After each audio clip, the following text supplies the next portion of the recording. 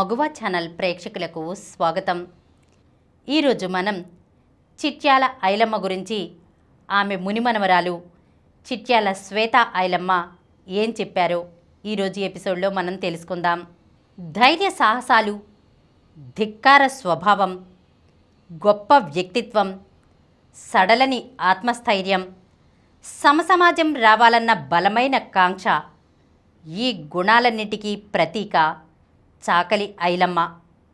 ఆమె జీవితం యువతరానికి స్ఫూర్తిపాఠం. ఎన్నడూ బడిముఖం కూడా ఎరుగని ఆ మహనీయురాలి పేరు కోఠి మహిళా విశ్వవిద్యాలయానికి అలంకారం కాబోతోంది.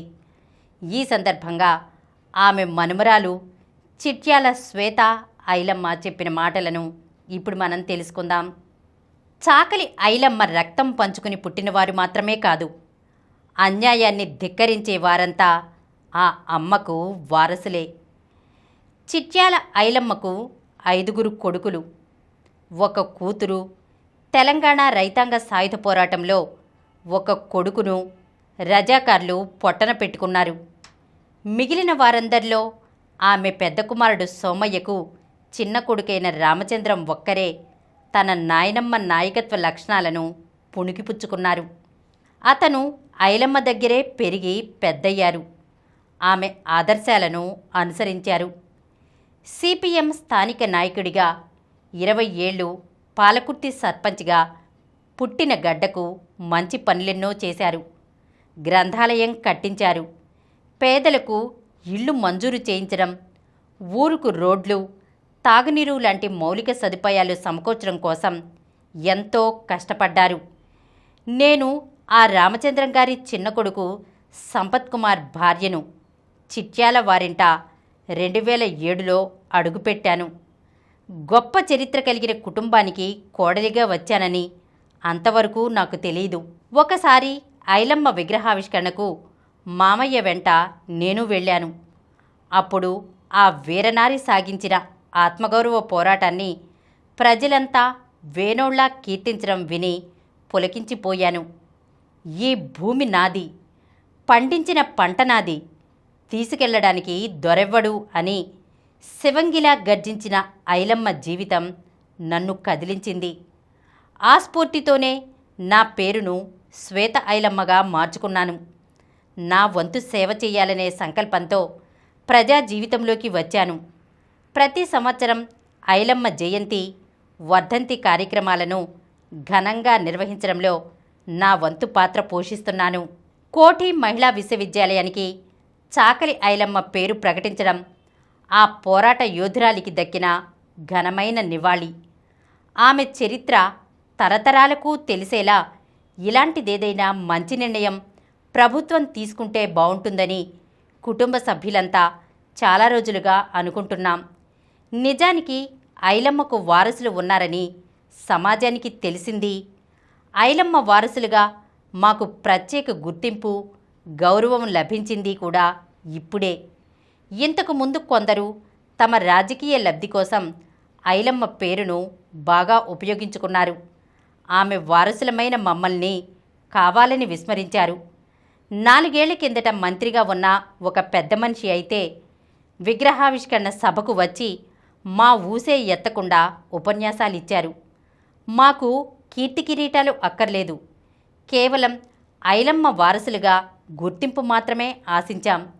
ఇది ఇన్నాళ్లకు దక్కినందుకు చాలా ఆనందంగా ఉంది. నన్ను తెలంగాణ మహిళా కమిషన్ సభ్యురాలిగా నియమిస్తానని ముఖ్యమంత్రి రేవంత్ రెడ్డి అనడం సంతోషం. దాన్ని పదవి లేదా హోదా అనుకోకుండా బాధ్యతగా భావించి నిర్వర్తించేందుకు ప్రయత్నిస్తాను.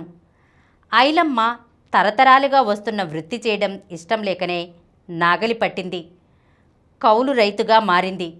ఇది మా మామయ్య చెప్పగా విన్నాను. 100కు పైగా గొర్రెలు, 50 పశువులు, 5 ఎడ్ల జతలతో చాలా పెద్ద వ్యవసాయమట. స్వాభిమానానికి ప్రతీకగా తలెత్తుకు బతుకుతున్న ఐలమ్మను చూసి విష్ణూరు దొరకు కడుపు మండింది. దొరలకు వ్యతిరేకంగా గొంతెత్తిందని తెలిసి 200 మంది గూండాలను పంపారు. వారంతా ఇంటి మీద పడి గొర్రెలు, మేకలు, పశువులు, అన్నిటినీ తోలికెళ్లారు. అన్నం కుండలు, నీటి తొట్టెలతో సహా వస్తువులన్నింటినీ ధ్వంసం చేశారు.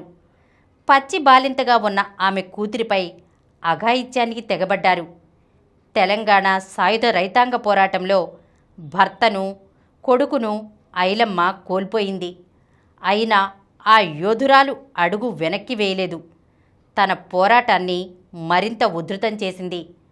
రోకలిబండ చేతపట్టి దొరలు, దేశ్ముఖ్ల మోచేతి నీళ్లు తాగే గూండాలను పరుగులు తీయించింది. ఆమెకు భయమనేది తెలియదు. కోర్టు విచారణకు పాలకుర్తి నుంచి హైదరాబాద్ కాలినడకన వెళ్ళి వచ్చేదని తెలిసి ఆశ్చర్యం కలిగింది. పోరాట పటిమ, తెగువ, ఆత్మస్థైర్యం, ధైర్య సాహసాల్లో మనమంతా ఐలమ్మను ఆదర్శంగా తీసుకోవాలి. తెలంగాణ రైతాంగ సాయుధ పోరాటం ముగిసిన తర్వాత ఐలమ్మ అత్యంత సాదాసీదా జీవితమే గడిపింది. ఒంట్లో ఓపిక ఉన్నంతకాలం వరి నాట్లు లాంటి వ్యవసాయ పనులు చేసింది. నాట్ల పాటలు, బతుకమ్మ పాటలు చాలా బాగా పాడేదని మా మామయ్య చెబుతుంటారు. స్వాతంత్ర్య సమరయోధుల పింఛన్ కూడా ఆమెకు రాలేదు. భీమ్రెడ్డి నరసింహారెడ్డి, ఆరుట్ల లక్ష్మీ నరసమయ్య, కమలాదేవి, మల్లు స్వరాజ్యం లాంటి వాళ్ళు అప్పుడప్పుడు వస్తుండేవారట. వారిని ఆమె సొంత కొడుకులు, కూతుళ్ళలా అనుకొన్నది. వారందరూ ఆరుబయట నులక మంచం మీద కూర్చొని పోరాటం తాలూకు జ్ఞాపకాలను గుర్తు చేసుకునేవారు. ఐలమ్మ సాహసగాథను ఆమె ముందే శారదకాండ్రు కథగా చెబుతుంటే విని మురిసిపోయేది. దేవులపల్లి వెంకటేశ్వరరావు గారు అజ్ఞాతంలో ఉన్న సమయంలో జనవాణి పత్రికను ఆమె చేతుల మీదుగా ఆవిష్కరింపజేశారట. ఆనాటి కమ్యూనిస్ట్ యోధులందరికీ ఆమె అంటే చాలా గౌరవమట. ఇవన్నీ మా రామచంద్ర మామయ్య ద్వారా విన్నాను. ఇంత గొప్ప ఇంటికి కోడలిగా వచ్చినందుకు, ఐలమ్మకు వరుసకు మునిమనుమరాలిని అయినందుకు గర్వపడుతున్నాను. సమాజం కోసం నిస్వార్థంగా పోరాడిన ఐలమ్మ కుటుంబ సభ్యురాలిగా నాకు ఈ గుర్తింపు, గౌరవం దక్కడం నా అదృష్టం. దీన్ని నిలబెట్టుకోవడమే నా ముందున్న బాధ్యత అని చిట్యాల శ్వేత ఐలమ్మ చెప్పారు. చిట్యాల ఐలమ్మ గురించి ఆమె మునిమనవరాలు చిట్యాల శ్వేత ఐలమ్మ చెప్పిన విషయాలను గురించి ఈరోజు మనం తెలుసుకున్నాం కదా. మరొక అంశంతో మళ్ళీ కలుద్దాం. ఈ కార్యక్రమం మీకు ఎంతో నచ్చింది కదా. ఇటువంటి మరిన్ని వీడియోల కోసం అనతి కాలంలోనే 20 కోట్ల వ్యూస్ సాధించిన సమరం ఛానల్ సమర్పించు సమరం మగువా ఛానల్కు సబ్స్క్రైబ్ చేయండి, లైక్ చేయండి, మీ ఫ్రెండ్స్కి షేర్ చేయండి. అలాగే ప్రక్కనున్న గంట సింబల్ని ప్రెస్ చేయడం మర్చిపోకండి. Please download Samaram Channels app from Google Play Store and watch your favorite channels. Click the bell icon and subscribe to the channels.